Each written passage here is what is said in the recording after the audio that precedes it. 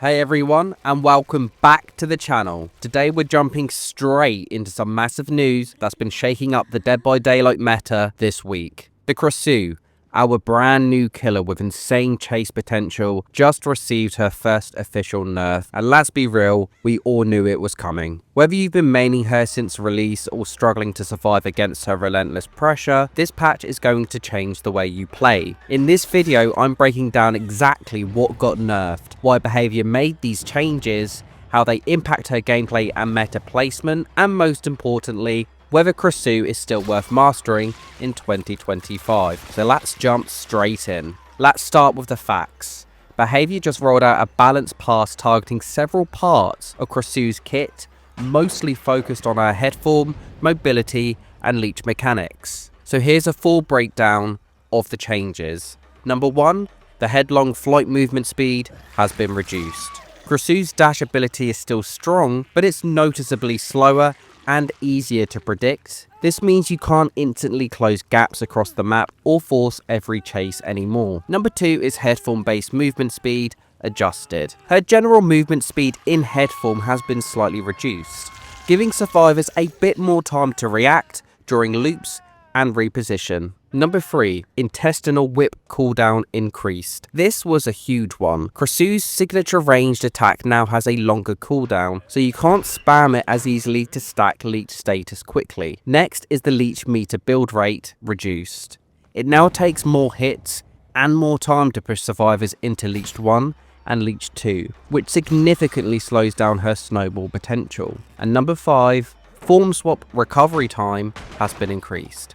There's now a short delay when switching between head form and body form, and you can't abuse rapid swaps mid-chase as much. On paper, none of these changes look massively individual, but together, they slow Krasue down and add more decision making to every chase. She is still scary, but the relentless, unstoppable monster version of her is definitely gone. So why did Behaviour pull the trigger on her so soon? Honestly, the writing was on the wall. Since her release, Krasue's been one of the most dominant killers in the game. She boasted some of the highest kill rates across multiple ranks, and her oppressive combo of speed, pressure, and infection mechanics made many matches feel one-sided. The biggest complaint from the community wasn't just her strength, it was the lack of breathing room she gave survivors. Once someone hit Leech 1, the snowball effect started.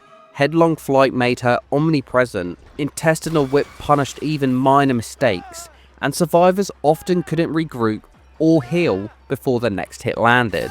These nerfs are Behaviour's way of saying she's strong, but she should require precision and timing, not just brute force. It's clear they wanted to keep her fantasy intact. She is still fast, she is still terrifying, and still absolutely unique, but they needed to dial back the frustration factor and give survivors a real counterplay. Now let's get to the part that really matters. How does this change the way you play Krasue? Well, first of all, chase pressure requires a bit more planning. Previously, you could aggressively use Headlong Flight in every chase and instantly catch up to survivors. Now, since the dash is slower and the recovery longer, you need to think ahead. Use it tactically. Save it for when you have a line of sight or to cut off loops, not just to brute force distance. Next is form management is now crucial. That new swap delay changes a lot. You can't panic swap mid-loop anymore. If you're approaching a strong pallet, stay in body form so you can break them. If you're chasing in an open ground, switch before you engage so you're already in head form for the chase. Number 3 is leech spread requires intentional targeting. The slower build rate means you can't mindlessly spread leech and hope it snowballs. Prioritize survivors who are already partially infected, pressure them to Leech 2, and then pivot to new targets. Number 4 is that survivors now have more breathing room, so expect longer chases and more teamwork. Survivors have more time to grab glowing fungus, reposition, and play more aggressively without getting immediately punished. As a killer, this means committing to smart plays rather than relying on brute mechanical pressure. Ultimately, Krasue now plays less like a press buttons and win killer and more like a precision based hunter.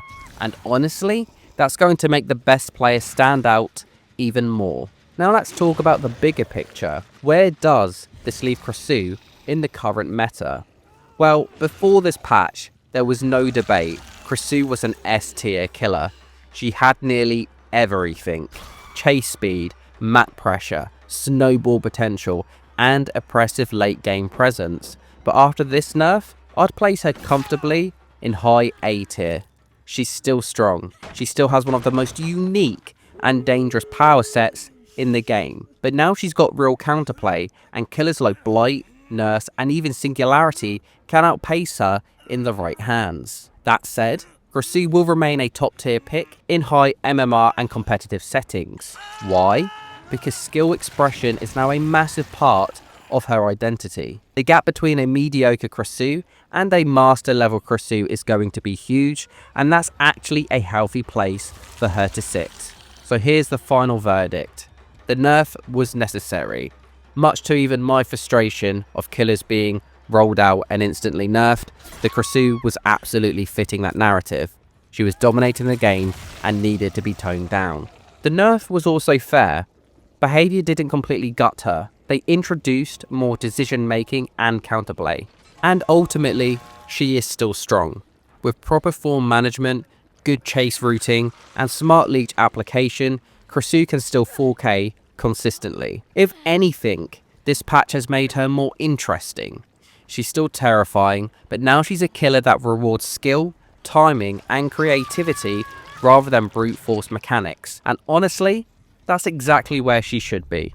And that's going to wrap up our deep dive into Krasue's very first nerf in Dead by Daylight. What do you all think? Did Behaviour get it right? Or do you think she's still too strong or maybe too weak at this present time? Let me know down in the comments. I want to hear your takes and how your games have felt since the update. If you found this breakdown helpful, make sure to like the video, subscribe for more DBD content, and hit that bell icon so you don't miss any future killer guides, tier lists, and patch breakdowns, etc, etc. Thanks so much for watching, and as always guys, I'll see you in the next one.